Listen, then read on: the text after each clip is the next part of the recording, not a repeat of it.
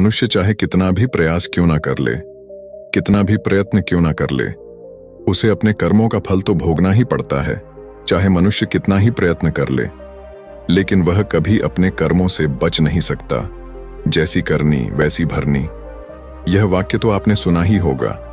अर्थात जैसे आप कर्म करोगे वैसा ही आपको फल भी प्राप्त होगा। लेकिन मेरा एक प्रश्न है, क्या आप इस बात पर यकीन करते हैं कि जैसा आप कर्म करेंगे वैसा ही आपको फल भी मिलेगा? अब आप में से अधिकतर लोगों के मन में यह प्रश्न जरूर उठ रहा होगा, क्योंकि इसमें पूछने वाली बात क्या है? ये तो सत्य ही है कि जैसे हम कर्म करेंगे वैसा ही हमें फल भी मिलेगा। लेकिन एक बार के लिए आंखें बंद करके अपने आप से यह प्रश्न कीजिए, देखिएगा कि आपको इस प्रश्न का उत्तर स्पष्टता से नहीं मिल पाएगा। कहीं ना कहीं आपके मन में एक संशय जरूर होगा कि क्या यह बात सच है या झूठ। दोस्तों, आज इस कहानी से हम समझेंगे कर्मों का खेल। आखिर अच्छे कर्मों का फल अच्छा और बुरे कर्मों का फल बुरा कैसे होता है? बहुत समय पहले की बात है। किसी गांव में एक बहुत ही ज्ञानी पंडित रहता था। एक दिन वह अपने बचपन के दोस्त से मिलने के लिए दूसरे गांव में जा रहा था। उसका वह दोस्त बचपन से ही गूंगा और एक पैर से अपाहिज था। उस पंडित के गांव से उसके दोस्त का घर काफी दूर था। वहां जाने के लिए बीच बीच में कई सारे छोटे छोटे गांव पड़ते थे। पंडित रास्ते में अपनी धुन में चला जा रहा था। चलते चलते उसकी मुलाकात एक व्यक्ति से होती है। रास्ते में उसे एक आदमी मिलता है जो ऐसा लगता था कि वह किसी का इंतजार कर रहा था, और वह भी पंडित के साथ चलने लगता है। उस आदमी को देखकर पंडित बहुत खुश हो जाता है। उसने सोचा, चलो अच्छा हुआ, साथ साथ चलने से उसका सफर आसानी से कट जाएगा। बात की शुरुआत करने के लिए उस पंडित ने उस व्यक्ति से उसका नाम पूछा तो उसने अपना नाम धर्मराज बताया। पंडित को यह नाम कुछ अजीब सा लगता है, लेकिन उसने नाम के विषय में कुछ और पूछना उचित नहीं समझा। दोनों धीरे धीरे साथ में चल रहे थे। तभी रास्ते में एक गांव आता है। गांव का प्रवेश द्वार आते ही धर्मराज ने पंडित से कहा, तुम आगे चलो, मुझे इस गांव में एक काम है, मैं तुमसे आगे मिलता हूं। पंडित ने कहा, ठीक है। वह आगे रास्ते में चल देता है। कुछ देर बाद उस गांव में खबर फैली कि एक व्यक्ति को सांड ने अपनी सींग में फंसाकर मार दिया है। जैसे ही सांड ने उस व्यक्ति को मारा, ठीक कुछ ही देर में धर्मराज पंडित के पास आ गया और फिर दोनों चलना शुरू कर देते हैं और चलते चलते एक दूसरे गांव के द्वार पर पहुंच जाते हैं। उस गांव के बाहर एक बड़ा और विशाल मंदिर बना हुआ था।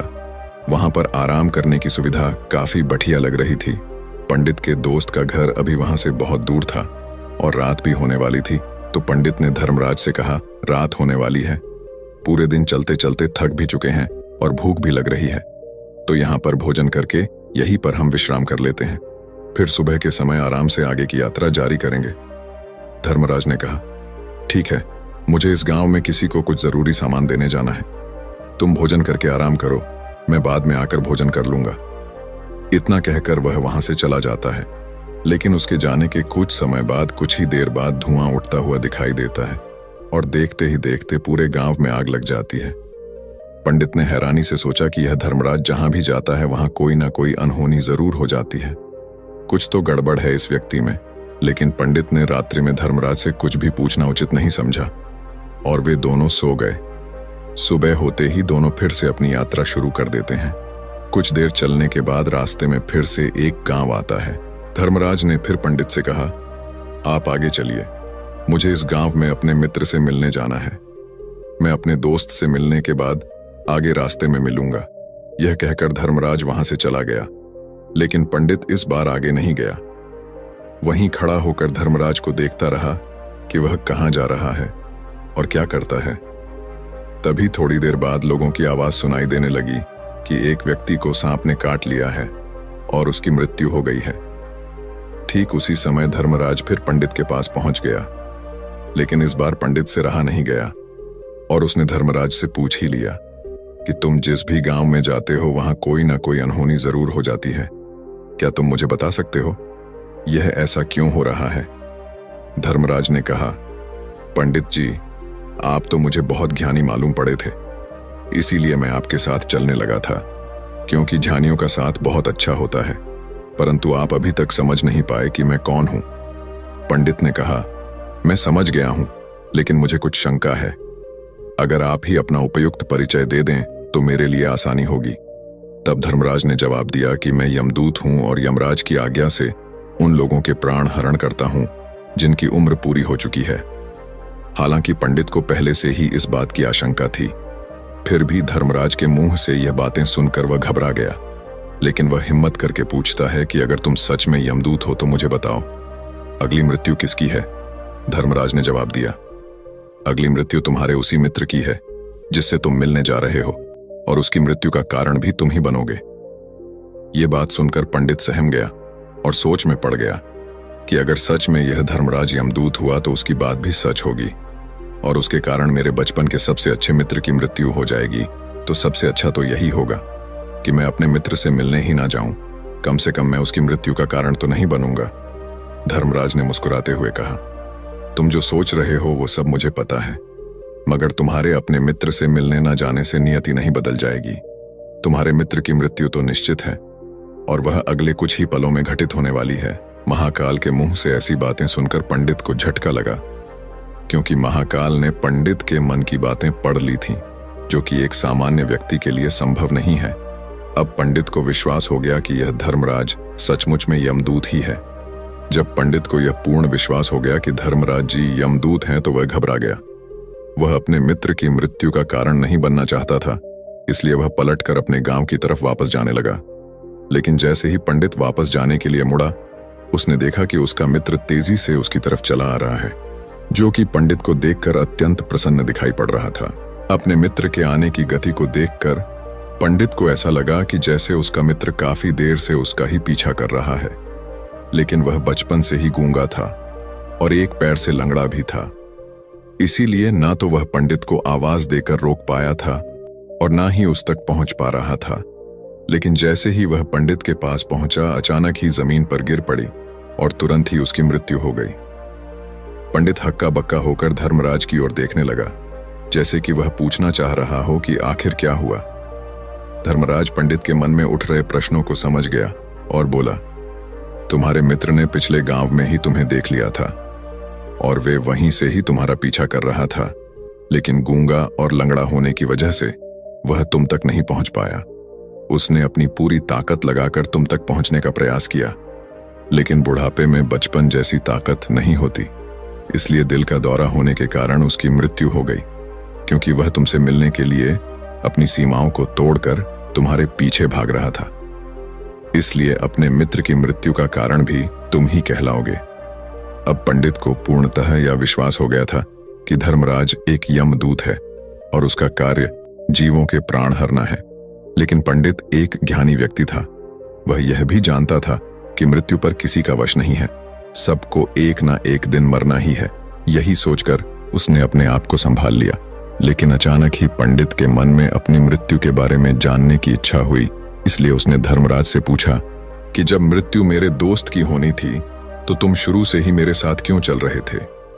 यह प्रश्न सुनकर धर्मराज जोर से हंसा और बोला, मैं तो हर पल हर क्षण सभी के साथ चलता हूं, किंतु लोग पहचान नहीं पाते, क्योंकि लोगों के पास अपनी समस्याओं के अलावा किसी और व्यक्ति, वस्तु या घटना के बारे में सोचने समझने या उसे देखने का समय ही नहीं होता।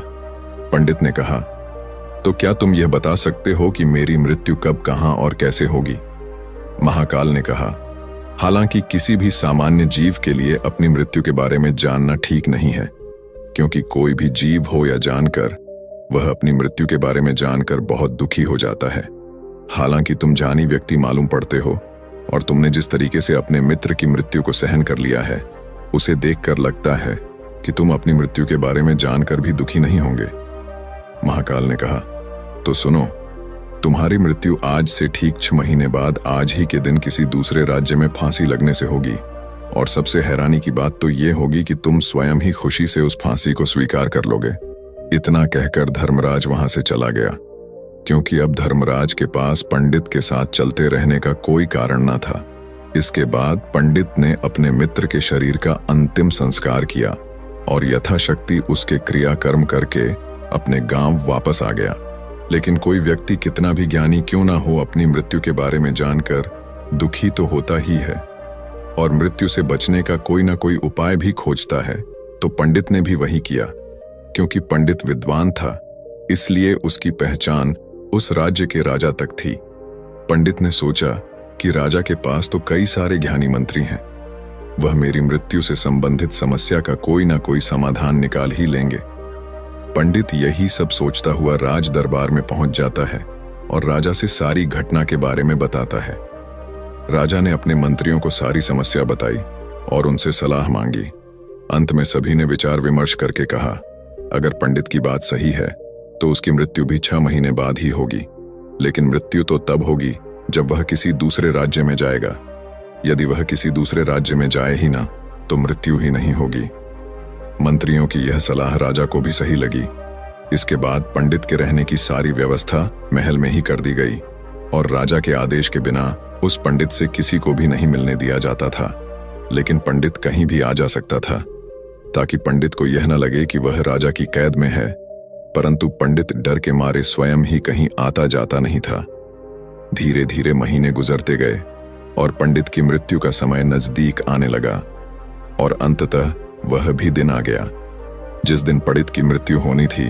तो जिस दिन पंडित की मृत्यु होनी थी उसकी एक रात पहले पंडित डर के मारे जल्दी ही सो गया, ताकि जल्दी से वह रात बीत जाए और अगला दिन आ जाए, ताकि उसकी मृत्यु टल सके। यही सोचकर वह जल्दी सो जाता है। लेकिन पंडित को नींद में चलने की बीमारी थी और अपनी इस बीमारी के बारे में वह स्वयं ही नहीं जानता था। तो फिर राजा मंत्री या किसी वैद्य को इसके बारे में बताने का कोई प्रश्न ही नहीं उठता। पंडित अपनी मृत्यु को लेकर बहुत चिंतित था। वह पिछले कई दिनों से ठीक है, सो भी नहीं पा रहा था और नींद में चलने की बीमारी भी तभी होती है जब व्यक्ति ठीक से सो नहीं पा रहा हो। तो उस रात भी पंडित को नींद में चलने का दौरा पड़ा। वह उठा और महल से निकलकर अस्तबल में गया। क्योंकि पंडित राजा का खास मेहमान था, इसलिए किसी भी पहरेदार ने उसे नहीं रोका और ना ही किसी तरह की कोई पूछताछ की। अस्तबल में पहुंचकर वह सबसे तेज चलने वाले घोड़े की पीठ पर सवार होकर नींद में ही अपने राज्य की सीमा से बाहर दूसरे पड़ोसी राज्य में चला गया। इतना ही नहीं, वह दूसरे राज्य के राजा के महल में पहुंच गया। उस महल के पहरेदार ने भी उसे नहीं रोका और ना ही कोई पूछताछ की। सभी लोग रात्रि का अंतिम प्रहार होने के कारण गहरी नींद में थे। वह पंडित सीधे राजा के सैन्य कक्ष में पहुंचा, जहां राजा और रानी सो रहे थे। वह पंडित वहीं जाकर सो गया। सुबह हुई तो राजा ने पंडित को रानी के बगल में सोया हुआ देखा तो राजा बहुत क्रोधित हो गया। राजा ने पंडित को कैद करने का आदेश दे दिया। पंडित गिरफ्तार हो गया, लेकिन पंडित तो भौचक्का था। उसे तो कुछ समझ नहीं आ रहा था कि आखिर वह दूसरे राज्य में और राजा के सैन्य कक्ष में कैसे पहुंचा। लेकिन वहां उसकी यह सब सुनने वाला कोई नहीं था। अगली सुबह राजा ने पंडित को दरबार में पेश करने का आदेश दिया। कुछ देर बाद उस पंडित को दरबार में लाया गया। पंडित को देखते ही राजा इतना बबूला हो गया कि उसे फांसी पर चढ़ा देने का हुक्म सुना दिया। फांसी की सजा सुनकर पंडित कांप गया, लेकिन फिर भी थोड़ी सी हिम्मत जुटाकर राजा से बोला, महाराज, मैं नहीं जानता कि मैं राजमहल तक कैसे पहुंचा। मैं यह भी नहीं जानता हूं कि आपके सैन्य कक्ष तक मैं कैसे आया और आपके महल के किसी पहरेदार या सैनिक ने मुझे रोका क्यों नहीं। लेकिन मैं इतना जरूर जानता हूं कि आज मेरी मृत्यु होनी थी और वो होनी भी जा रही है। राजा को यह बात थोड़ी अजीब लगी। उसने पंडित से पूछा, तुम्हें कैसे पता कि आज तुम्हारी मृत्यु होनी है? राजा के इस प्रश्न के जवाब में पंडित ने पिछले 6 महीने का सारा वाक्य राजा को सुना दिया और बोला, महाराज, मेरा क्या किसी भी सामान्य व्यक्ति में इतना साहस नहीं कि वह राजा के सैन्य कक्ष में राजा की उपस्थिति में रानी के साथ सो जाए। राजा को पंडित की बात में थोड़ा तर्क दिखाई पड़ा, परंतु उसने सोचा कि यह मृत्यु से बचने के लिए धर्मराज और उसके द्वारा अपनी मृत्यु की भविष्यवाणी की कहानी बना रहा है। इसलिए राजा ने पंडित से कहा, यदि तुम्हारी बात सत्य है और आज यह तुम्हारी मृत्यु का दिन है जैसा कि यमदूत धर्मराज ने तुमसे कहा था, तो आज तुम्हारी मृत्यु का कारण मैं नहीं बनूंगा। लेकिन यदि तुम्हारी बात झूठी निकली तो निश्चित ही आज तुम्हारी मृत्यु का दिन होगा ना, क्योंकि जिस राज्य से पंडित आया था उस राज्य का राजा इस राजा का मित्र था। इसलिए इस राजा ने तुरंत अपने 2 सैनिकों को पड़ोसी राजा के पास भेजकर पंडित की बात की सत्यता का प्रमाण मांगा भेजा। भेजे गए सैनिक शाम तक लौटे और उन्होंने राजा को बताया कि महाराज, पंडित जो कुछ भी कह रहा है वह सब सत्य है। पड़ोसी राज्य के राजा ने पिछले 6 महीने से पंडित के रहने की सारी व्यवस्था अपने ही महल में कर रखी थी। पंडित राजा का खास मेहमान था। कल शाम राजा आखिरी बार पंडित से उसके कक्ष में मिले थे और उसके बाद यह इस राज्य में कैसे पहुंच गया इसकी जानकारी किसी को भी नहीं है। इसलिए उस राज्य के राजा के अनुसार पंडित को फांसी की सजा देना ठीक नहीं है। लेकिन राजा के सामने एक नई समस्या थी, क्योंकि उसने बिना पूरी बात जाने ही पंडित को फांसी की सजा सुना दी थी। इसलिए अगर पंडित को फांसी नहीं दी जाती तो राजा के वचन का अपमान हो जाएगा। लेकिन अगर राजा की बात का मान रखा जाए तो बेवजह ही एक निर्दोष व्यक्ति की मौत हो जाएगी। राजा ने अपने सभी मंत्रियों से इस बारे में सुझाव मांगा तो मंत्रियों ने राजा को सुझाव दिया कि महाराज, पंडित को एक कच्चे सूत के धागे से फांसी लगवा दी जाए। इससे आपके कथन का भी मान रह जाएगा और कच्चे सूत के धागे से पंडित को फांसी भी नहीं लगेगी और उसके प्राण भी बच जाएंगे। राजा को मंत्रियों का यह सुझाव पसंद आया और उसने ऐसा ही करने का आदेश दे दिया। पंडित के लिए कच्चे सूत के धागे से फांसी का फंदा बनाया गया और नियम के अनुसार पंडित को फांसी पर चढ़ाया जाने लगा। सभी लोग बहुत खुश थे कि ना तो पंडित मरेगा और ना ही राजा का वचन खाली जाएगा। पंडित को भी पूर्ण विश्वास था यह सूद के धागे से तो उसकी मृत्यु हो ही नहीं सकती। पंडित उस पर चढ़ने के लिए तैयार हो गया, जैसा कि धर्मराज ने भविष्यवाणी की थी कि तुम खुद ही अपनी फांसी को स्वीकार करोगे। लेकिन जैसे ही पंडित को फांसी दी गई, सूत का धागा तो टूट गया, लेकिन टूटने से पहले उसने अपना काम कर दिया था। पंडित के गले की एक नस सूत के धागे के झटके से कट चुकी थी और पंडित जमीन पर पड़ा तड़प रहा था। उस पल उसके गले से खून की फुहार निकल रही थी और देखते ही देखते पंडित का शरीर पूरी तरह से शांत हो गया। सभी लोग आश्चर्यचकित थे और पंडित को मरता हुआ देख रहे थे। किसी को विश्वास नहीं हो रहा था कि कच्चे सूत के धागे से भी किसी इंसान की मृत्यु हो सकती है। लेकिन घटना तो घट चुकी थी। नियति ने अपना काम कर दिया था और धर्मराज की भविष्यवाणी सच हो चुकी थी। दोस्तों, श्रीमद् भागवत गीता में भगवान श्री कृष्ण ने कहा है, जो होना होता है वह होकर ही रहता है। हम चाहे कितनी ही सावधानी बरते, कितना ही उपाय कर लें, लेकिन घटना और घटना की पूरी प्रणाली पहले से ही तय होती है, जिसे हम थोड़ा सा भी इधर उधर नहीं कर सकते हैं। दोस्तों, शायद इसीलिए ईश्वर ने हमें भविष्य जानने की क्षमता नहीं दी है, ताकि हम अपने जीवन को ज्यादा बेहतर तरीके से जी सके। और यही बात उस पंडित पर भी लागू होती है। अगर पंडित ने महाकाल से अपनी मृत्यु के बारे में ना पूछा होता तो 6 महीने तक राजा के महल में कैद रहकर डर डर कर जीने की बजाय ज्यादा बेहतर जीवन जीता। एक दिन एक किसान बुद्ध के पास आया और बोला, महाराज, मैं एक साधारण किसान हूँ। बीज बोकर, हल चलाकर अनाज उत्पन्न करता हूँ और तब उसे ग्रहण करता हूँ, किंतु इससे मेरे मन को तसल्ली नहीं मिलती। मैं कुछ ऐसा करना चाहता हूँ जिससे मेरे खेत में अमृतत्व के फल उत्पन्न हों। आप मुझे मार्गदर्शन दीजिए जिससे मेरे खेत में अमृतत्व के फल उत्पन्न होने लगें। बात सुनकर बुद्ध मुस्कुराकर बोले, भले व्यक्ति, तुम्हें अमृतत्व का फल तो अवश्य मिल सकता है, किंतु इसके लिए तुम्हें खेत में बीज न बोकर अपने मन में बीज बोने होंगे। यह सुनकर किसान हैरानी से बोला, प्रभु, आप यह क्या कह रहे हैं? भला मन के बीज बोकर भी फल प्राप्त हो सकते हैं? बुद्ध बोले, बिल्कुल हो सकते हैं, और इन बीजों से तुम्हें जो फल प्राप्त होंगे वे वाकई साधारण न होकर अद्भुत होंगे, जो तुम्हारे जीवन को भी सफल बनाएंगे और तुम्हें नेकी की राह दिखाएंगे। किसान ने कहा, प्रभु, तब तो मुझे अवश्य बताइए कि मैं मन में बीज कैसे बोऊं? बुद्ध बोले, तुम मन में विश्वास के बीज बो, विवेक का हल चलाओ, ज्ञान के जल से उसे सींचो और उसमें नम्रता का उर्वरक डालो। इससे तुम्हें अमृतत्व का फल प्राप्त होगा। उसे खाकर तुम्हारे सारे दुख दूर हो जाएंगे और तुम्हें असीम शांति का अनुभव होगा। बुद्ध से अमृतत्व के फल की प्राप्ति की बात सुनकर किसान की आंखें खुल गईं।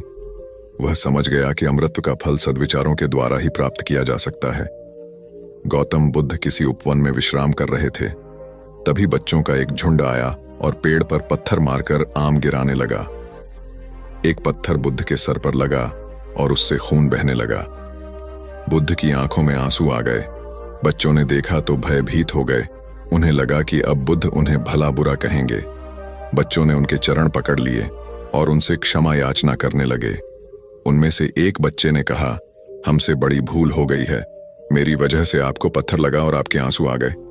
इस पर बुद्ध ने कहा, बच्चों, मैं इसलिए दुखी हूं कि तुमने आम के पेड़ पर पत्थर मारा तो पेड़ ने बदले में तुम्हें मीठे फल दिए, लेकिन मुझे मारने पर मैं तुम्हें सिर्फ भय दे सका। एक बार भगवान बुद्ध अपने अनुयायियों के साथ किसी गांव में उपदेश देने जा रहे थे। उस गांव से पूर्व ही मार्ग में उन लोगों को जगह जगह बहुत सारे गड्ढे खुदे हुए मिले। बुद्ध के एक शिष्य ने उन गड्ढों को देखकर जिज्ञासा प्रकट की, आखिर इस तरह के गड्ढे खुदे होने का तात्पर्य क्या है? बुद्ध बोले, पानी की तलाश में किसी व्यक्ति ने इतने गड्ढे खोदे हैं। यदि वह धैर्यपूर्वक एक ही स्थान पर गड्ढा खोदता तो उसे पानी अवश्य मिल जाता, पर वह थोड़ी देर गड्ढा खोदता और पानी न मिलने पर दूसरा गड्ढा खोदना शुरू कर देता। व्यक्ति को परिश्रम करने के साथ धैर्य भी रखना चाहिए। एक बार भगवान बुद्ध भिक्षा के लिए एक किसान के यहां पहुंचे। तथागत को भिक्षा के लिए आया देखकर किसान उपेक्षा से बोला, श्रमण, मैं हल जोतता हूं और तब खाता हूं। तुम्हें भी हल जोतना और बीज बोना चाहिए और तब खाना खाना चाहिए। बुद्ध ने कहा, महाराज, मैं भी खेती ही करता हूं। इस पर किसान को जिज्ञासा हुई। बोले, गौतम, मैं न तुम्हारा हल देखता हूं, न बैल और न खेती के स्थल। तब आप कैसे कहते हैं कि आप भी खेती ही करते हैं? आप कृपया अपनी खेती के संबंध में समझाइए। बुद्ध ने कहा, महाराज, मेरे पास श्रद्धा का बीज, तपस्या रूपी वर्षा, प्रजा रूपी जोत और हल है, पाप भीरुता का दंड है, विचार रूपी रस्सी है, स्मृति और जागरूकता रूपी हल की फाल और पेनी है। मैं वचन और कर्म में संयत रहता हूं। मैं अपनी इस खेती को बेकार घास से मुक्त रखता हूं और आनंद की फसल काट लेने तक प्रयत्नशील रहने वाला हूं। अप्रमाद मेरा बैल है जो बाधाएं देखकर भी पीछे मुंह नहीं मोड़ता है। वह मुझे सीधा शांति धाम तक ले जाता है। इस प्रकार मैं अमृत की खेती करता हूं। एक बार बुद्ध से मल्लुक्य पुत्र ने पूछा, भगवान, आपने आज तक यह नहीं बताया कि मृत्यु के उपरांत क्या होता है। उसकी बात सुनकर बुद्ध मुस्कुराए। फिर उन्होंने उससे पूछा, पहले मेरी एक बात का जवाब दो। अगर कोई व्यक्ति कहीं जा रहा हो और अचानक कहीं से आकर उसके शरीर में एक विषबुझा बाण घुस जाए तो उसे क्या करना चाहिए? पहले शरीर में घुसे बाण को हटाना ठीक रहेगा या फिर देखना कि बाण किधर से आया है और किसे लक्ष्य कर मारा गया है? मल्लु के पुत्र ने कहा, पहले तो शरीर में घुसे बाण को तुरंत निकालना चाहिए, अन्यथा विष पूरे शरीर में फैल जाएगा। बुद्ध ने कहा, बिल्कुल ठीक कहा तुमने। अब यह बताओ कि पहले इस जीवन के दुखों के निवारण का उपाय किया जाए या मृत्यु की बाद की बातों के बारे में सोचा जाए?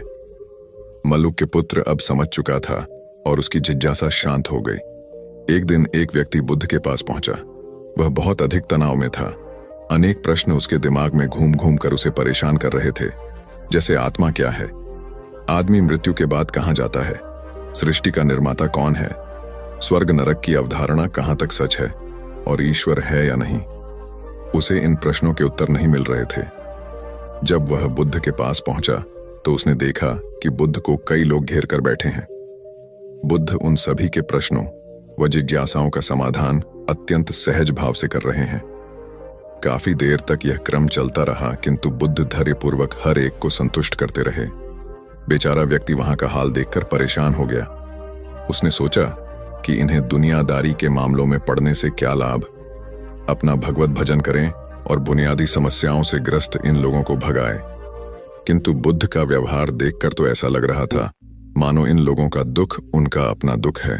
आखिर उस व्यक्ति ने पूछ ही लिया, महाराज, आपको इन सांसारिक बातों से क्या लेना देना? बुद्ध बोले, मैं ज्ञानी नहीं हूं और इंसान हूं। वैसे भी वह ज्ञान किस काम का जो इतना घमंडी और आत्मकेंद्रित हो कि अपने अतिरिक्त दूसरे की चिंता ही न कर सके। ऐसा ज्ञान तो अज्ञान से भी बुरा है। बुद्ध की बातें सुनकर व्यक्ति की उलझन दूर हो गई। उस दिन से उसकी सोच व आचरण दोनों बदल गए। कथा का सार यह है कि ज्ञान तभी सार्थक होता है जब वह लोक कल्याण में संलग्न हो। महात्मा बुद्ध एक गांव में ठहरे हुए थे। वे प्रतिदिन शाम को वहां पर सत्संग करते थे। भक्तों की भीड़ होती थी क्योंकि उनके प्रवचनों से जीवन को सही दिशा बोध प्राप्त होता था। बुद्ध की वाणी में गजब का जादू था। उनके शब्द श्रोता के दिल में उतर जाते थे। एक युवक प्रतिदिन बुद्ध का प्रवचन सुनता था। एक दिन जब प्रवचन समाप्त हो गए तो वह बुद्ध के पास गया और बोला, महाराज, मैं काफी दिनों से आपके प्रवचन सुन रहा हूं, किंतु यहां से जाने के बाद मैं अपने गृहस्थ जीवन में वैसा सदाचरण नहीं कर पाता जैसा यहां से सुनकर जाता हूं। इससे सत्संग के महत्व पर शंका भी होने लगती है। बताइए, मैं क्या करूं? बुद्ध ने युवक को बांस की एक टोकरी देते हुए उसमें पानी भरकर लाने के लिए कहा। युवक टोकरी में जल भरने में असफल रहा। बुद्ध ने यह कार्य निरंतर जारी रखने के लिए कहा। युवक प्रतिदिन टोकरी में जल भरने का प्रयास करता, किंतु सफल नहीं हो पाता। कुछ दिनों बाद बुद्ध ने उससे पूछा, इतने दिनों से टोकरी में लगातार जल डालने से क्या टोकरी में कोई फर्क नजर आया? युवक बोला, एक फर्क जरूर नजर आया है। पहले टोकरी के साथ मिट्टी जमा होती थी, अब वह साफ दिखाई देती है। कोई गंदगी नहीं दिखाई देती है और इसके छेद पहले जितने बड़े नहीं रह गए, वे बहुत छोटे हो गए हैं। तब बुद्ध ने उसे समझाया, यदि इसी तरह उसे पानी में निरंतर डालते रहोगे तो कुछ ही दिनों में ये छेद फूल कर बंद हो जाएंगे और टोकरी में पानी भर पाओगे। इसी प्रकार जो निरंतर सत्संग करते हैं उनका मन एक दिन अवश्य निर्मल हो जाता है। अवगुणों के छिद्र भरने लगते हैं और गुणों का जल भरने लगता है। युवक ने बुद्ध से अपनी समस्या का समाधान पा लिया। निरंतर सत्संग से दुर्जन भी सज्जन हो जाते हैं, क्योंकि महापुरुषों की पवित्र वाणी उनके मानसिक विकारों को दूर कर उनमें सद्विचारों का आलोक प्रसारित कर देती है। एक आदमी को बुद्ध ने सुझाव दिया कि दूर से पानी लाते हो, क्यों नहीं अपने घर के पास एक कुआं खोद लेते? हमेशा के लिए पानी की समस्या से छुटकारा मिल जाएगा। सलाह मानकर उस आदमी ने कुआं खोदना शुरू किया, लेकिन 7-8 फीट खोदने के बाद उसे पानी तो क्या, गीली मिट्टी का भी चिन्ह नहीं मिला। उसने वह जगह छोड़कर दूसरी जगह खुदाई शुरू की, लेकिन 10 फीट खोदने के बाद भी उसमें पानी नहीं निकला। उसने फिर तीसरी जगह कुआं खोदना शुरू किया, लेकिन यहां भी उसे निराशा ही हाथ लगी। इस क्रम में उसने 8-10 फीट के 10 कुएं खोद डाले, लेकिन पानी कहीं नहीं मिला।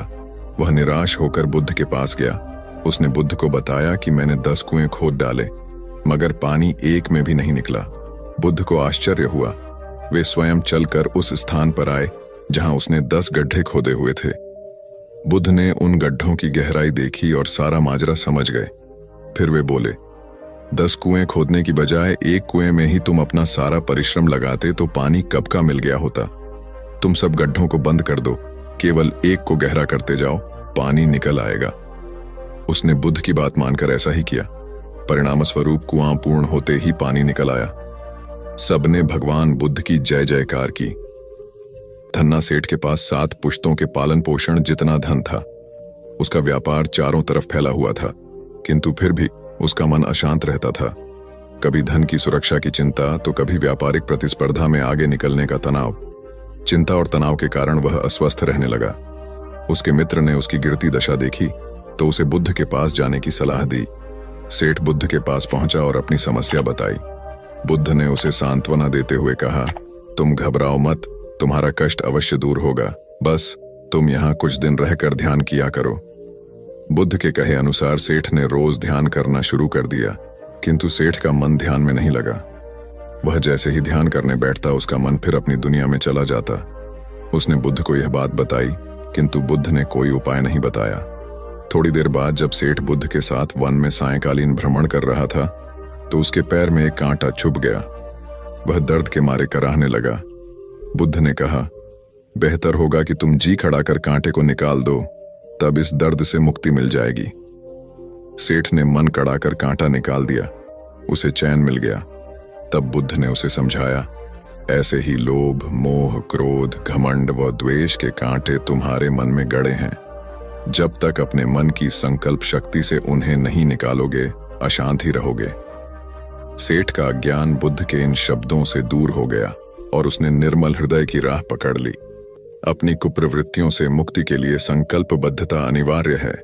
जब तक व्यक्ति दृढ़ निश्चय न कर ले, वह अपनी गलत आदतों से मुक्त नहीं हो सकता। एक युवक ने बुद्ध से आकर कहा, मेरा गांव अशिक्षित है। मैं अपने परिवार से झगड़कर थोड़ा बहुत पढ़ पाया हूं। आगे और पढ़ना चाहता हूं, किंतु सभी रोक रहे हैं।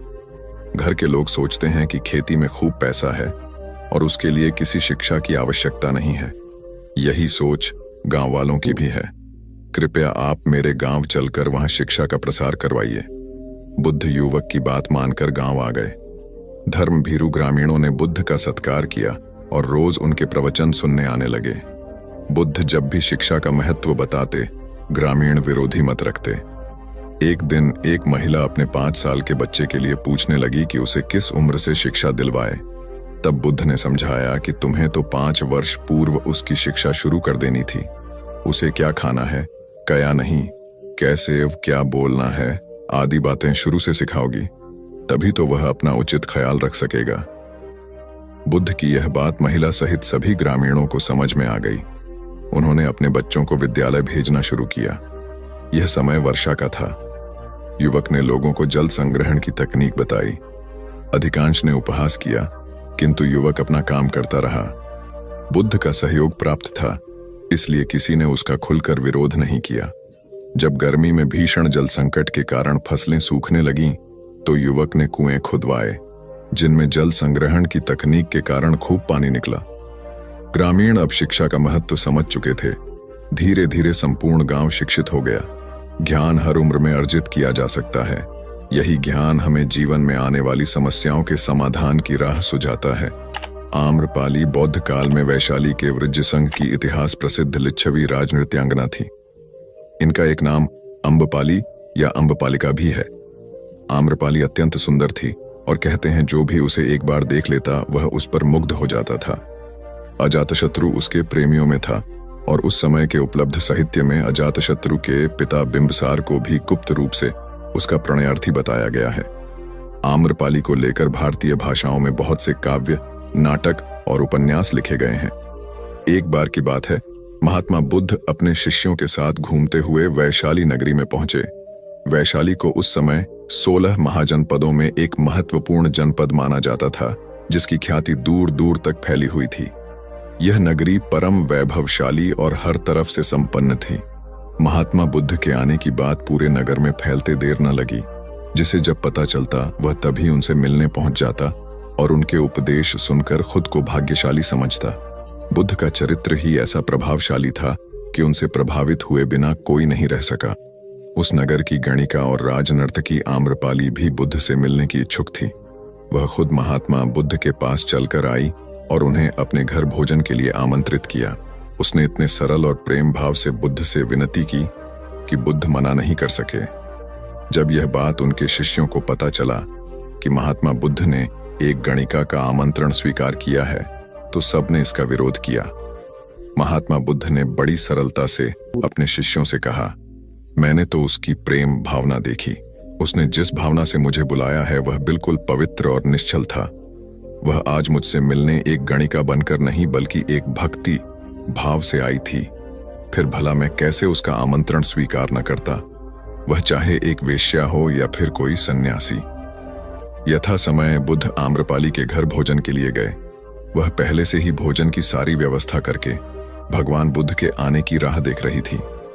मन में यह विचार भी आ रहा था कि कहीं बुद्ध अपनी बात से मुकर न जाए। इतने बड़े सन्यासी भला क्यों एक वेश्या के बुलाने पर उसके घर आकर भोजन करेंगे। परंतु जैसे ही आम्रपाली ने बुद्ध को अपने घर आते देखा, उसकी प्रसन्नता का ठिकाना न रहा। वह दौड़कर दरवाजे पर गई और उनका स्वागत किया। खुद अपने हाथों से भोजन परोसा और उनकी अवगत की।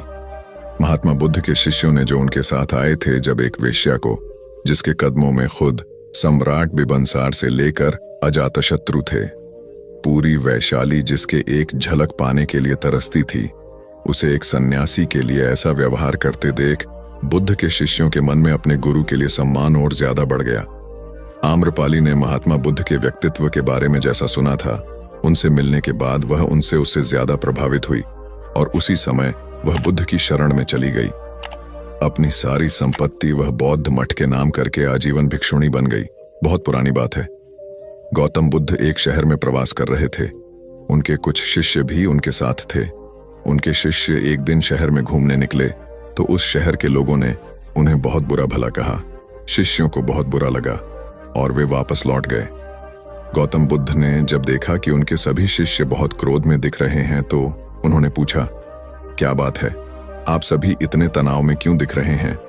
तभी एक शिष्य क्रोध में बोला, हमें यहाँ से तुरंत प्रस्थान करना चाहिए। जब हम बाहर शहर में घूमने गए तो यहाँ के लोगों ने बिना वजह हमें बहुत बुरा भला कहा। जहाँ हमारा सम्मान न हो वहाँ हमें एक पल भी नहीं रहना चाहिए। यहाँ के लोग सिर्फ दुर्व्यवहार के सिवा कुछ जानते ही नहीं हैं।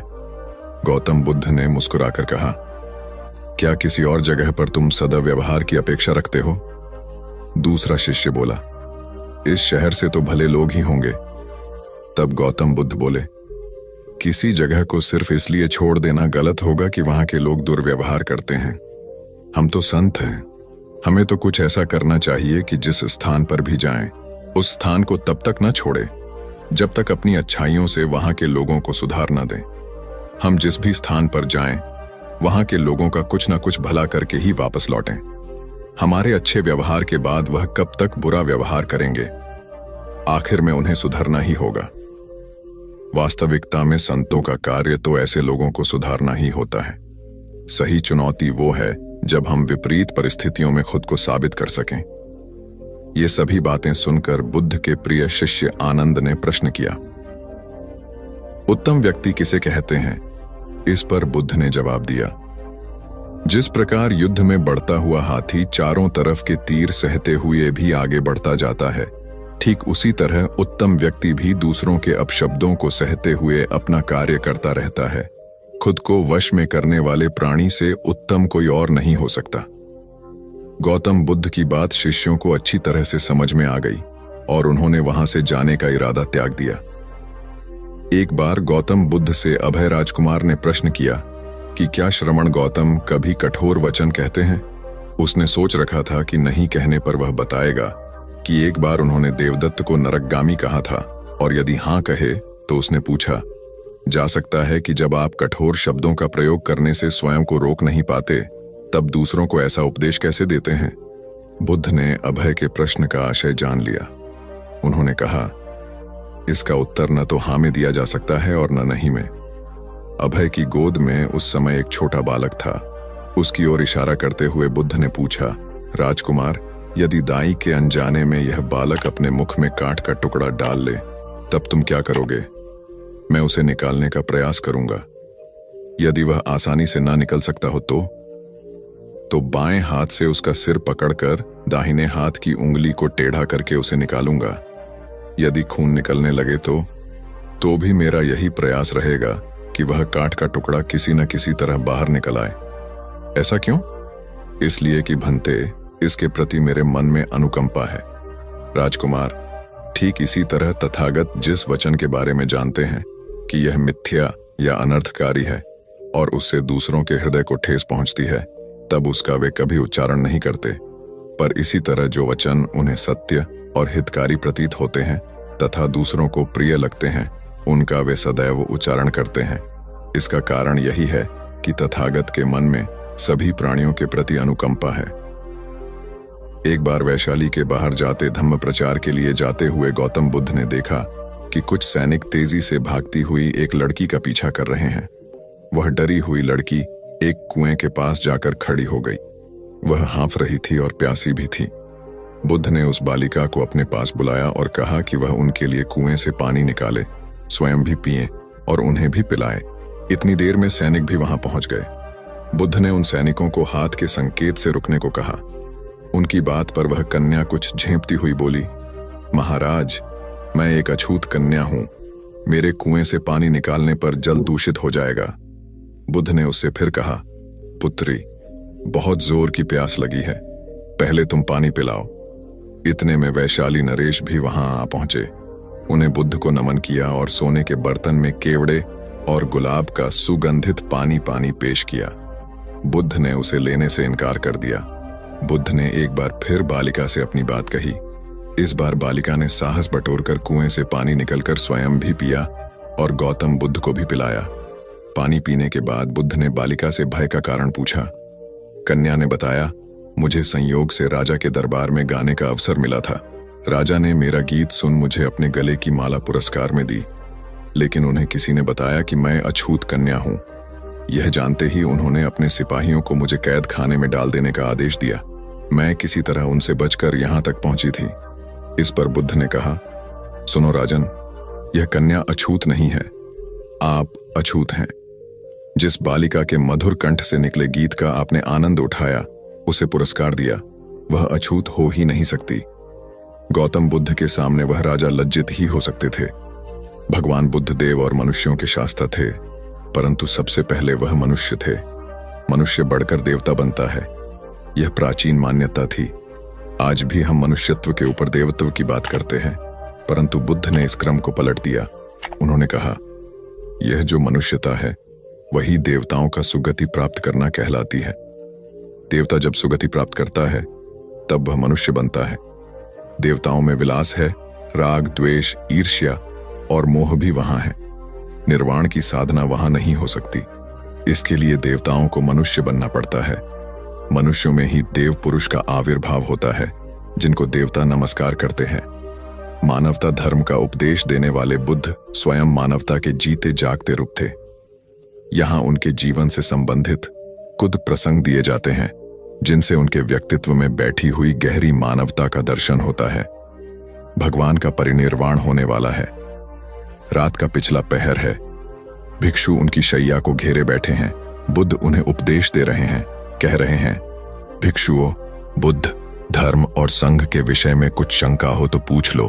पीछे मलाल मत करना कि भगवान हमारे सामने थे पर हम उनसे कुछ पूछ ना सके। कोई शिष्य नहीं बोलता। भगवान 3 बार कहते हैं, पर कोई भिक्षु कुछ पूछने को नहीं उठता। भगवान को शंका होती है कि कहीं वे उनके गौरव का विचार करके पूछने में संकोच तो नहीं कर रहे। इसलिए वह कहते हैं, शायद भिक्षुओं, तुम मेरे गौरव के कारण नहीं पूछ रहे। जैसे मित्र मित्र से पूछता है, वैसे तुम मुझसे पूछो। बुद्ध अपने शिष्यों की समान भूमिका पर आ जाते हैं। उनकी यह विनम्रता मनुष्य धर्म की आधार भूमि है। बुद्ध ने अपने को भिक्षुओं का कल्याण मित्र कहा है, जो उनकी मानवीय सहृदयता और विनम्रता को सूचित करता है। एक दूसरा दृश्य भी उसी समय का है। चंद करमार पुत्र के यहाँ बुद्ध ने अंतिम भोजन किया था। उसके बाद ही उन्हें खून गिरने की कड़ी बीमारी हो गई थी, जो उनके शरीरांत का कारण बनी। बुद्ध को उसके हृदय का बड़ा ध्यान था। भक्त उपासक को यह अफसोस हो सकता था कि उसका भोजन करके ही भगवान का शरीर छूट गया। इसलिए आखिरी सांस लेने से पहले उन्होंने आनंद को आदेश दिया, आनंद, चंद करमार पुत्र की इस चिंता को दूर करना और कहना, आयुष्मान, तूने बड़ा लाभ कमाया कि मेरे भोजन को करके तथागत परिनिर्वाण को प्राप्त हुए। जिसके हृदय में अगाध करुणा थी, वह ऐसा क्यों न कहता। जिस रात को बुद्ध का परिनिर्वाण हुआ, आधी रात के समय सुभद्र नाम का एक परिव्राजक आया। उसके मन में कुछ शंकाएं थीं। आनंद ने उसे यह कहकर रोक दिया, उन्हें हैरान मत करो, वह थके हुए हैं। भगवान ने आनंद की बात सुन ली।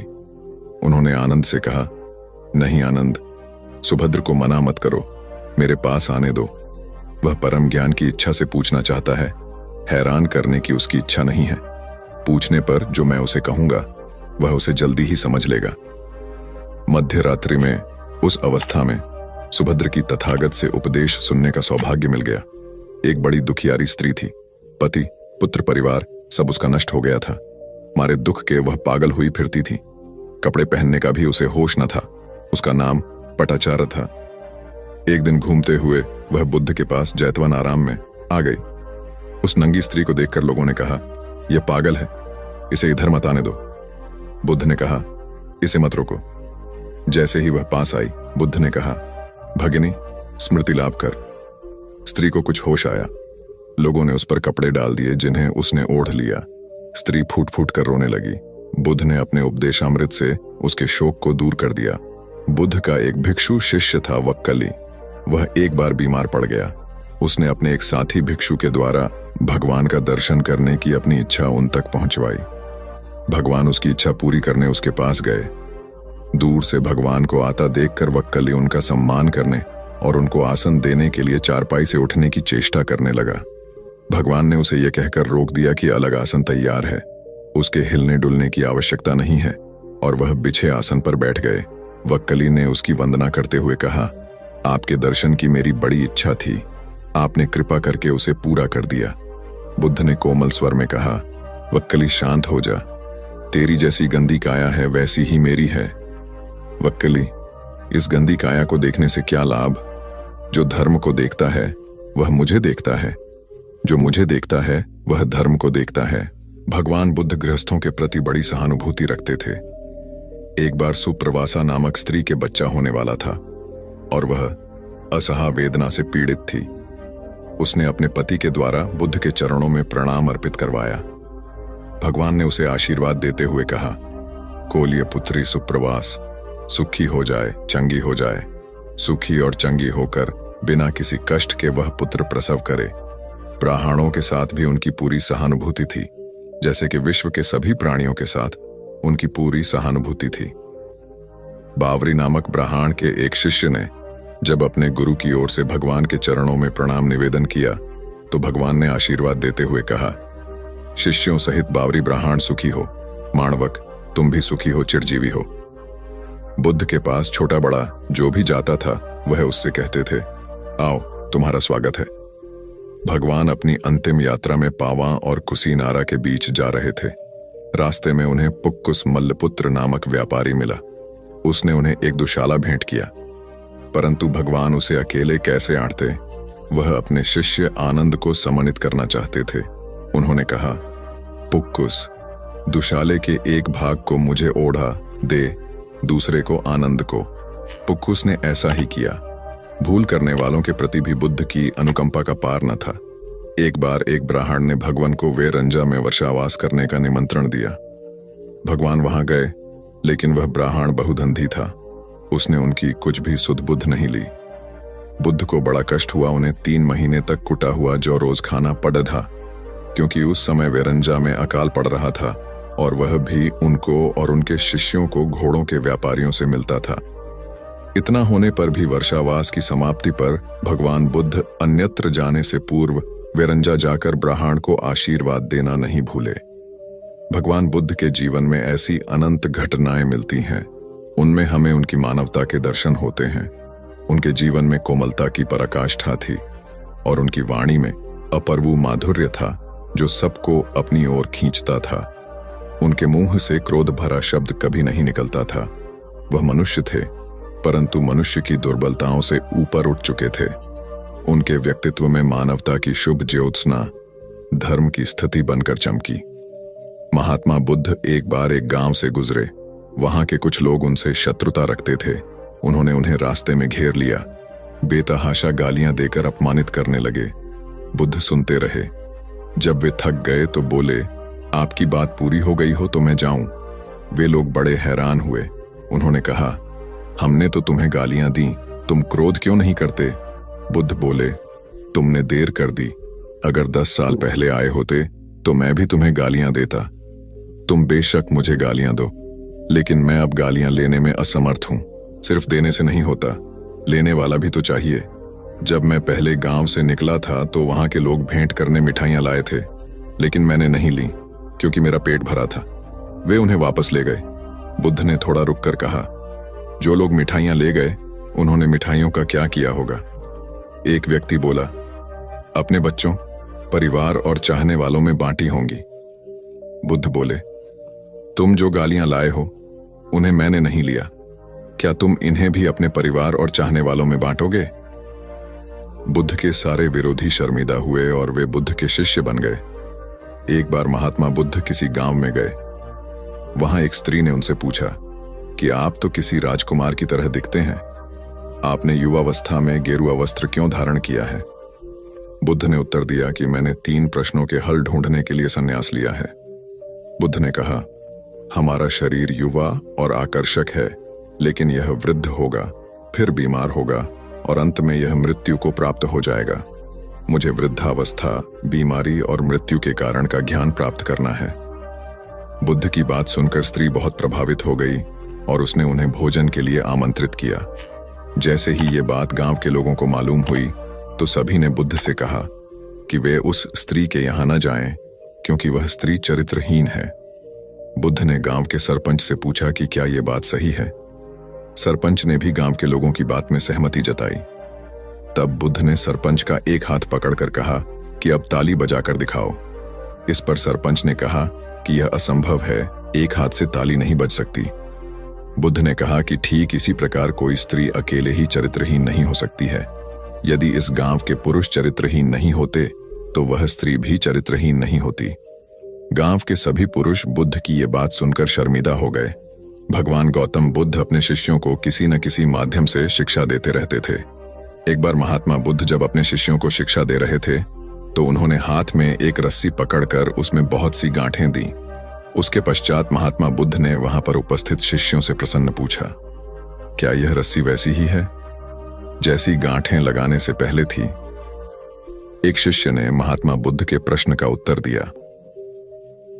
वह कहने लगा कि गुरुजी, एक दृष्टिकोण से देखें तो यह रस्सी वैसी ही है जैसी पहले थी, लेकिन अगर दूसरे दृष्टिकोण से देखें तो रस्सी में 3 गांठें पड़ चुकी हैं। इसलिए देखने में इसका स्वरूप कुछ बदल चुका है, लेकिन एक सत्य यह भी है कि बाहर से देखने पर चाहे इसका स्वरूप बदल चुका है, लेकिन भीतर से इसके बुनियादी रूप से यह पहले के जैसी ही है। शिष्य का उत्तर सुनकर महात्मा बुद्ध संतुष्ट हो गए। उसके पश्चात महात्मा बुद्ध ने कहा, मैं रस्सी की इन गांठों को खोल देता हूं। महात्मा बुद्ध रस्सी के दोनों सिरों को पूरी ताकत से खींचने लगे।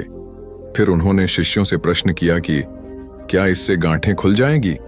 इस शिष्य ने तुरंत उत्तर दिया, नहीं, इससे तो गांठें और अधिक कस जाएंगी। यह सुनकर महात्मा बुद्ध ने पुनः एक प्रश्न किया, इन गांठों को खोलने का क्या समाधान होना चाहिए?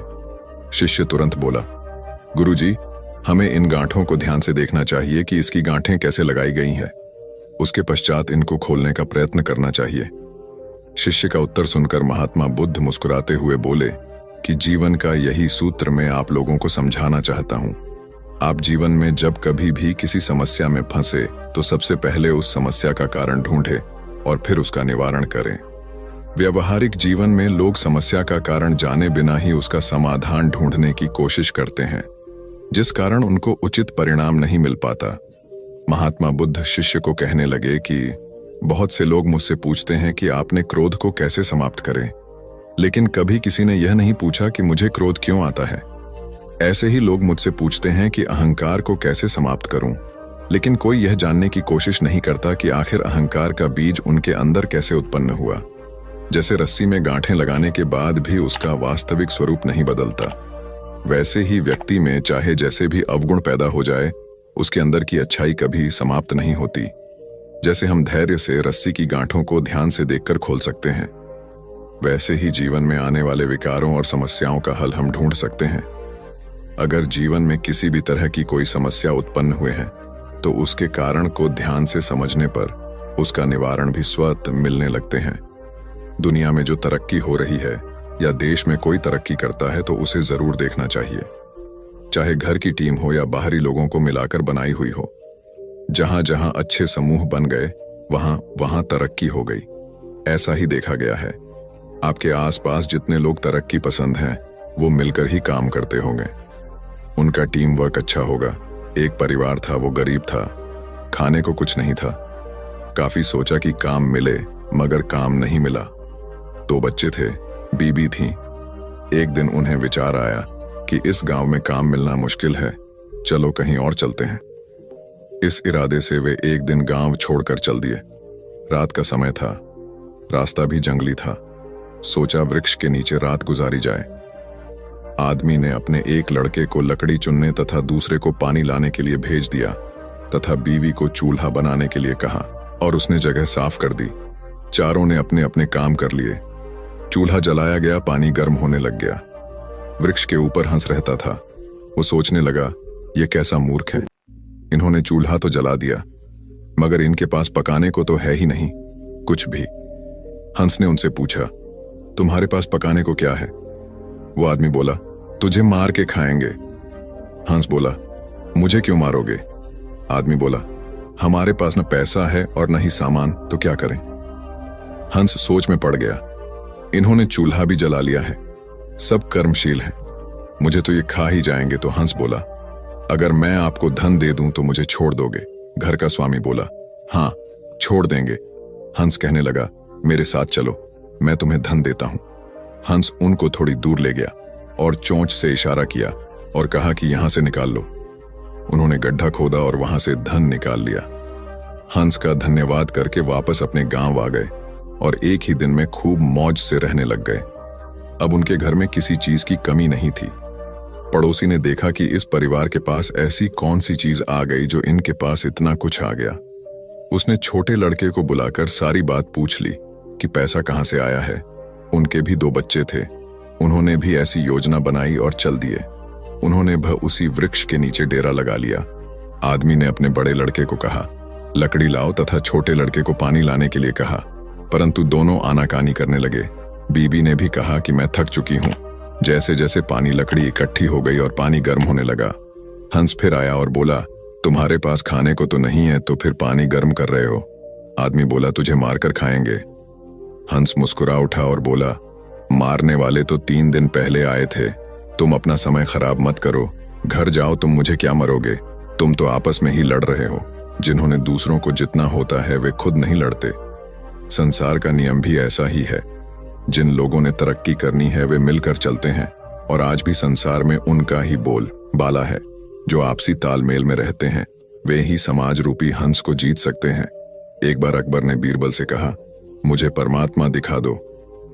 राजा का हुक्म था। बीरबल बहुत परेशान था कि परमात्मा को कैसे राजा को दिखाए। इसी विचार को लेकर बीरबल छुट्टी पर चला गया और उदास रहने लगा। एक दिन परिवार में चर्चा हुई। उदासी का कारण पूछा गया तो बीरबल ने बता दिया कि राजा ईश्वर के दर्शन करना चाहते हैं। बीरबल का बेटा बोला, कल सुबह मुझे आप साथ ले जाएं, मैं अपने आप राजा को दर्शन करा दूंगा। दूसरे दिन सुबह बीरबल और लड़का दरबार में पहुंचे और राजा को कहा, मेरा लड़का आपके प्रश्न के उत्तर का समाधान करेगा। राजा ने सोचा, यह लड़का क्या समाधान करेगा। लड़का बोला, इस वक्त मैं आपका गुरु हूं, मुझे उचित स्थान दिया जाए। राजा ने सोचा, बात तो ठीक कह रहा है, मैंने तो प्रश्न किया है, समाधान करने वाला गुरु समान होता है। राजा ने लड़के के लिए अपने साथ थोड़ा ऊंचा स्थान दिया। लड़का बोला, महाराज एक दूध का कटोरा मंगाओ। राजा ने दूध का कटोरा मंगाया। लड़का बोला, महाराज इस दूध में घी है। राजा बोला, हाँ है। लड़का बोला, पहले मुझे आप उसका दर्शन कराओ। राजा बोला, तू मूर्ख है, घी के दर्शन ऐसे थोड़े होते हैं। पहले दूध को गर्म करना पड़ता है, फिर उसकी दही जमाना पड़ता है, फिर उसको मघानी में रिड़का जाता है, फिर मक्खन निकलता है, फिर उसे गर्म गर्म कढ़ाई में डाला जाता है, फिर उसकी मैल निकाली जाती है, तब जाकर घी के दर्शन होते हैं। ऐसे ही थोड़े दर्शन होते हैं। लड़का बोला, यही उत्तर है आपके प्रश्न का। पहले इंसान को तपना पड़ता है, फिर उसको जमना पड़ता है, फिर उसको साधना करनी पड़ती है, फिर उसको ज्ञान की अग्नि में तपना होता है, फिर उस ईश्वर के दर्शन होते हैं। अकबर समझ गया और बोला, तू वाकई ही मेरा गुरु है। ईश्वर को जानने के लिए बहुत कुछ करना पड़ता है। वैसे हर आत्मा में ईश्वर का अंश है और उसी को ईश्वर का रूप समझना चाहिए, तभी सुख की प्राप्ति होती है। यह भी संसार का एक नियम है। एक बालक अभी पूरे 2 साल का भी नहीं हुआ था कि उसके पिता की मृत्यु हो गई। ऐसी कठिन परिस्थिति में उसकी मां उसे लेकर अपने मायके में रहने लगी। सभी उसे नन्हा कहकर पुकारते थे। छोटे से कद का बालक शारीरिक रूप से दुर्बल था, किंतु मानसिक रूप से अत्यंत मेधावी। उसे जो कुछ भी कहा या सिखाया जाता वह बड़े मनोयोग से उसे ग्रहण करता था। धीरे धीरे दिन बीतते गए और बालक 6 वर्ष का हो गया। एक बार वह अपने कुछ मित्रों के साथ मिलकर किसी बाग में फूल तोड़ने पहुंचा। वह बालक और उसके सभी फल तोड़ने लगे। तभी माली आ गया। उस बालक के सभी मित्र भाग गए, लेकिन वह माली की पकड़ में आ गया। माली ने उसे डंडे से पीटना शुरू किया। नन्हा मार खाता रहा और फिर धीमी आवाज में माली से बोला, मेरे पिता इस दुनिया में नहीं है, इसलिए तुम मुझे इस तरह मार रहे हो। बालक की बात सुनकर माली का हाथ रुक गया। माली शांत होकर बोला, बेटा, तुम्हारे पिता के न होने से तुम्हारी जिम्मेवारी और अधिक बढ़ जाती है कि तुम कोई गलत काम नहीं करो। यह सुनकर नन्हा बालक फूट फूट कर रो पड़ा और फिर कभी गलत काम न करने का संकल्प लिया। यही नन्हा बालक बड़ा होकर लाल बहादुर शास्त्री के नाम से विख्यात हुआ और प्रधानमंत्री के रूप में अपने गुण व व्यवहार से सर्वत्र प्रशंसा पाई। कथा का सार यह है कि माँ बाप के अमूल्य मार्गदर्शन के अभाव की स्थिति में और अधिक जिम्मेदार बनकर आत्मविकास करना चाहिए। 19वीं शताब्दी का एक प्रसंग है। मेदिनीपुर जिले के वीर सिंह नामक गांव में एक मां अपने पुत्र के साथ रहती थी। मां का रहन सहन अत्यंत सादा था और विचार अति उच्च। अपने पुत्र को वह सदा सुसंस्कारों की शिक्षा देती थी। पुत्र भी मां का आज्ञाकारी था। मां बहुत संघर्ष कर पुत्र का पालन पोषण कर रही थी। पुत्र अपनी मां के कष्टों को देखता समझता था और इसी वजह से उसके मन में यह भावना थी कि बड़ा होकर अपनी मां को सभी प्रकार के सुख दूं। एक दिन पुत्र ने मां से कहा, मेरी बहुत इच्छा है कि तुम्हारे लिए कुछ गहने बनवाऊं, तुम्हारे पास एक भी गहना नहीं है। ये सुनकर मां बोली, बेटा, मुझे बहुत दिनों से 3 प्रकार के गहनों की इच्छा है। पुत्र ने पूछा, वे कौन से गहने हैं? मां ने उत्तर दिया, बेटा, इस गांव में स्कूल नहीं है, तुम एक अच्छा स्कूल बनवाना, एक दवाखाना खुलवाना, गरीब और अनाथ बच्चों के रहने और भोजन की व्यवस्था करवाना, यही मेरे लिए गहनों के समान होगा। मां की बात सुनकर पुत्र रो पड़ा। वह पुत्र था पंडित ईश्वर चंद्र विद्यासागर और मां थी भगवती देवी। वीर सिंह गांव में इस पुत्र द्वारा स्थापित किया हुआ भगवती विद्यालय आज भी उन अमूल्य गहनों की कथा सुना रहा है। कथा का सार यह है कि स्वयं की सज्जा से अधिक समाज को संवारने की कामना ही मनुष्य को मनुष्यत्व प्रदान करती है और ऐसी मनुष्यता से भरा समाज एक सुसंस्कृत राष्ट्र की परिकल्पना को साकार करता है। एक महात्मा बड़े ज्ञानी थे। वे प्रायः अपने शिष्यों को रामायण, महाभारत और गीता ग्रंथों की अच्छी बातें बताकर उन्हें आचरण में उतारने का आग्रह करते थे। प्रतिदिन संध्या को वे प्रवचन करते और श्रोताओं को इन धर्म ग्रंथों की कथाएं व दृष्टांत सुनाकर उनमें सदाचार जागृत करने का प्रयास करते थे। स्वयं महात्मा जी का आचरण भी तदनुकूल ही था। वे कंदमूल खाते, कभी किसी वस्तु की इच्छा न करते थे। धन संग्रह में उनकी कदापि रुचि नहीं थी। यदि कोई शिष्य अथवा श्रोता श्रद्धापूर्वक उन्हें कुछ भेंट करता तो वे तत्क्षण उसे किसी जरूरतमंद को दान कर देता। प्रवचन के पश्चात लोगों के प्रश्नों व जिज्ञासुओं का भी महात्मा जी समाधान करते। वे प्रायः रामायण आदि ग्रंथों से शिक्षा ग्रहण करने की बात कहते थे। एक दिन किसी व्यक्ति ने उनसे प्रश्न किया, महात्मा जी, रामायण को सही माना जाए या गलत? उन्होंने उत्तर दिया, वत्स, जब रामायण की रचना हुई थी तब मैं नहीं था। राम जी वन में विचरण कर रहे थे, तब भी मेरा अता पता नहीं था, इसलिए मैं नहीं बता सकता कि रामायण सही है या गलत। मैं तो सिर्फ इतना बता सकता हूं कि इसके अध्ययन एवं इससे मिलने वाली शिक्षा से सुधर कर मैं आज इस स्थिति में हूं। चाहो तो तुम भी इसका प्रयोग कर अपना जीवन बेहतर बना सकते हो। सार यह है कि धर्म ग्रंथ व नीति ग्रंथ तर्क का विषय नहीं होते, उनमें सतोमुखी जीवन के तत्व होते हैं। अतः उनसे अपने जीवन को सार्थकता देने की शिक्षा ग्रहण करनी चाहिए, न कि उन्हें तर्क की कसौटी पर कसना चाहिए। उपन्यासकार डा क्रोनिन अत्यंत निर्धन थे। पुस्तकों की रॉयल्टी या तो प्रकाशक हड़प जाते अथवा क्रोनिन को उनके हक से कम 2 क्रोनिन बहुत सीधे थे। प्रकाशकों से लड़ाई कर अपना हक लेना उन्हें नहीं आता था। अतः गरीबी में उनका जीवन बीत रहा था। इसी गरीबी में जैसे तैसे उन्होंने चिकित्सा की पढ़ाई पूर्ण की और डॉक्टर बन गया। जब वे चिकित्सा के क्षेत्र में आए तो कुछ लोगों ने उन्हें इसके जरिए पैसा कमाने का तरीका बताया। वे लोगों की बातों में आकर मरीज से मोटी फीस वसूलने लगे। वे किसी भी निधन पर दया नहीं करता और पूरा चिकित्सा खर्च लेते। यह देखकर क्रोनिन की पत्नी बहुत दुखी हुई। वे अत्यंत दयालु थीं। पति की गरीबों के साथ यह निर्दय देख एक दिन वे बोली, हम गरीब ही ठीक थे, हमसे कम दिल में दया तो थी। उस दया को खोकर तो हम कंगाल हो गए, अब मनुष्य ही नहीं रहे। पत्नी की मर्मस्पर्शी बात सुनकर डा क्रोनिन को आत्मबोध हुआ और उन्होंने अपनी पत्नी से कहा, तुम सच कह रही हो। व्यक्ति धन से नहीं मन से धनी होता है। तुमने सही समय पर सही राह दिखाई, अन्यथा हम अमानवीयता की गहरी खाई में गिर जाते तो कभी उठ ही नहीं पाते। कथा का निहितार्थ यह है कि जब मनुष्य अपनी मानवीयता की मूल पहचान से डिगने लगता है तो सामाजिक नैतिकता तो खंडित होती ही है, वह स्वयं भी भीतर खोखला हो जाता है, क्योंकि ऐसा उनकी पवित्र संस्कारशीलता बलि चढ़ चुकने के बाद ही होता है। बौद्ध धर्म का व्यापक प्रचार प्रसार हो चुका था। अनेक बौद्ध मठ स्थापित हो चुके थे।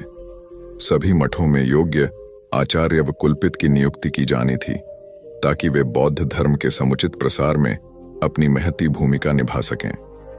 आचार्य व कुलपति की नियुक्ति में उनके ज्ञान और विवेक के अतिरिक्त उनकी परहित रुचि को भी विशेष रूप से परखा जाता था, क्योंकि मठ सामूहिक हितों को प्रमुखता देते थे। एक बड़े बौद्ध मठ के लिए योग्य कुलपति की नियुक्ति उन दिनों चर्चा का विषय थी। उस बौद्ध मठ के आचार्य ज्ञान और विवेक के धनी मोदगल्यायन थे। कुलपति पद के लिए 3 उम्मीदवार थे और तीनों ही योग्य थे, किंतु चुनाव तो एक का ही करना था। अतः तीनों की परीक्षा लेने के लिए तीनों को जंगल में भेजा गया। आचार्य मोदगल्यायन उनकी परीक्षा लेने के लिए पहले ही जंगल में पहुंच गए। उन्होंने मार्ग में कांटे बिछा दिए। संध्या होने तक तीनों उम्मीदवार भी वहां आ पहुंचे। मार्ग में कांटे देखकर तीनों रुके। एक ने कुछ सोचकर अपना रास्ता बदल लिया, दूसरे ने कांटों पर से कूदकर रास्ता पार किया, तीसरा मार्ग से कांटे हटाने लगा ताकि मार्ग दूसरों के लिए निष्कंटक बन जाए। आचार्य मोदगल्यायन ने छुपकर यह देखा।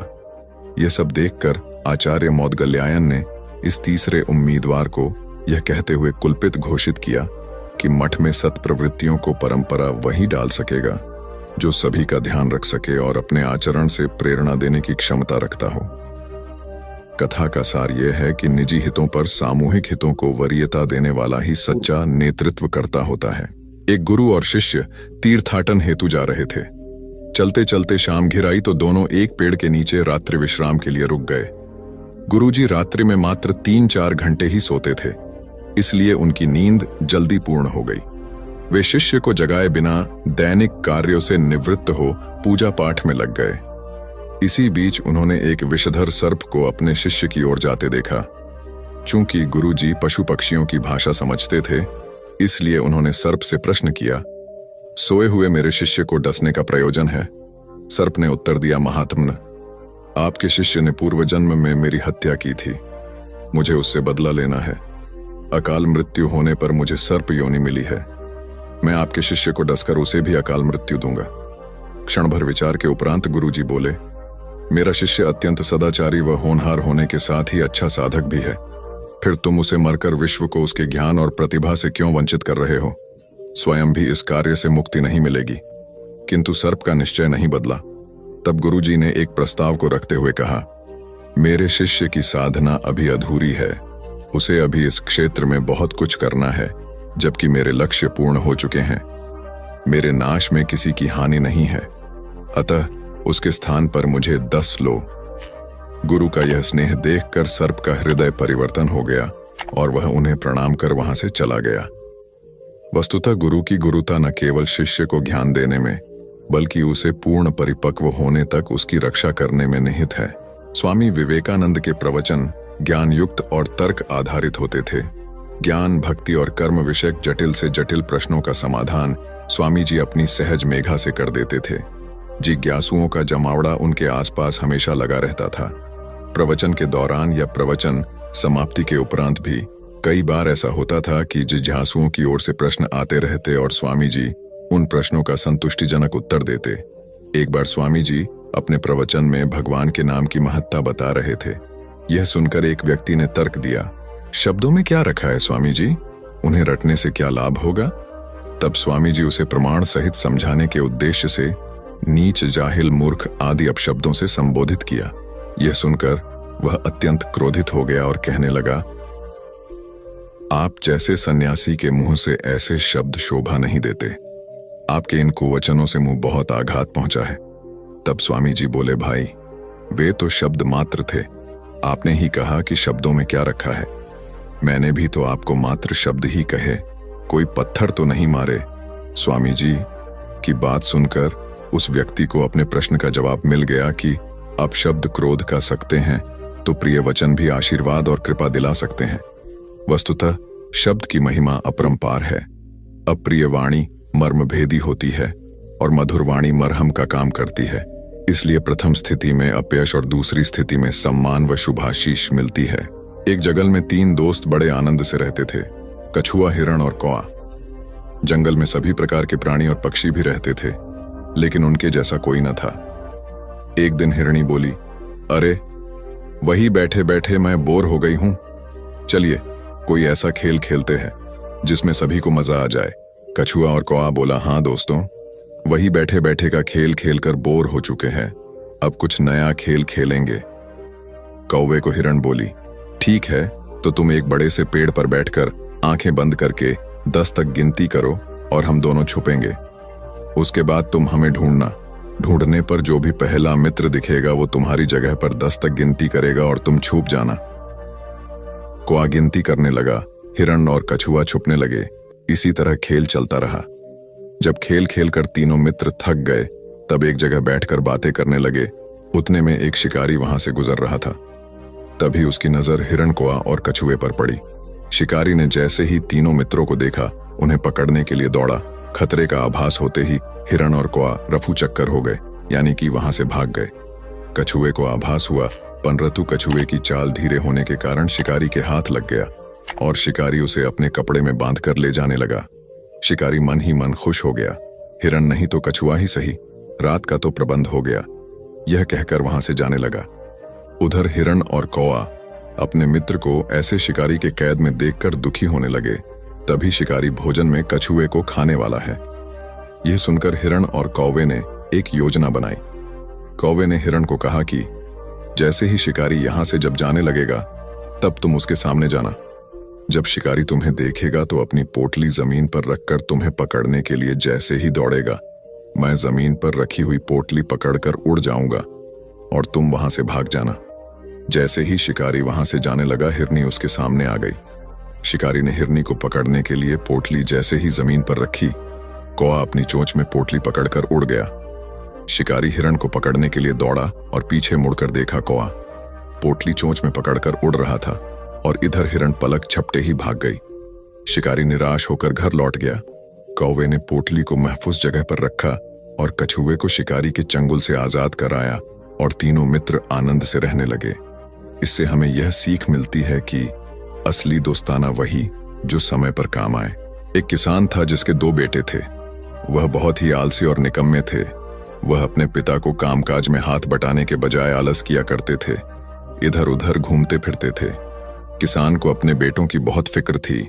वह सोचते थे कि मेरे मरने के बाद इनका क्या होगा, ये अपना पेट कैसे भरेंगे, अपने परिवार को कैसे संभाल पाएंगे। एक दिन किसान की हालत बहुत ही गंभीर थी, कहने का मतलब किसान मरने की हालत में था। तभी किसान ने अपने दोनों बेटों को बुलाकर उनसे कहा कि हमारे खेत में एक खजाना गड़ा हुआ है, लेकिन वह किस जगह है उसकी जानकारी मुझे भी नहीं है, लेकिन खोदने के बाद तुम्हें वो खजाना मिल जाएगा। इतना कहकर किसान भगवान को प्यारे हो गए। खजाने की खबर सुनकर दोनों बेटों के मन में लालच आ गया और वो दोनों खेत पर चले गए और खेत को खोदने लगे। खजाने के लालच में कुछ ही दिनों में पूरे खेत को खोदने के बाद वह घर जाकर बैठ गए और वह अपने पिता को कोसने लगे। इसी तरह कुछ महीने बीत गए और वर्षा ऋतु का आगमन हुआ। किसान के बेटों के पास पेट भरने के लिए सिर्फ एक ही जरिया था, वो थी खेती। तब बाकी किसानों की तरह किसान के बेटों ने खेत में बीज बोने शुरू कर दिए। वर्षा का पानी पाकर वह बीज अंकुरित हुए और देखते ही देखते खेत लहराने लगे। ऐसा लग रहा था कि हवा के झोंके से लहरा रहे थे। यह देखकर किसान के बेटे बहुत खुश हो गए। उनको समझ आ गया कि परिश्रम ही सच्चा धन होता है और वो उसी तरह से अपने पिता के शब्दों का मोल भी समझ गए और अपने कामकाज में लग गए। यही कहानी आज हम सबकी भी है। मित्रों, इसी पेड़ की तरह हमारे माता पिता भी होते हैं। जब हम छोटे होते हैं तो उनके साथ खेलकर बड़े होते हैं और बड़े होकर उन्हें छोड़कर चले जाते हैं और तभी वापस आते हैं जब हमें कोई जरूरत होती है। धीरे धीरे ऐसे ही जीवन बीत जाता है। हमें पेड़ रूपी माता पिता की सेवा करनी चाहिए, ना कि सिर्फ उनसे फायदा लेना चाहिए। इस कहानी में हमें दिखाई देता है कि उस पेड़ के लिए वह बच्चा बहुत महत्वपूर्ण था और वह बच्चा बार बार जरूरत के अनुसार उस सेब के पेड़ का उपयोग करता था, ये सब जानते हुए भी कि वह उसका केवल उपयोग ही कर रहा है।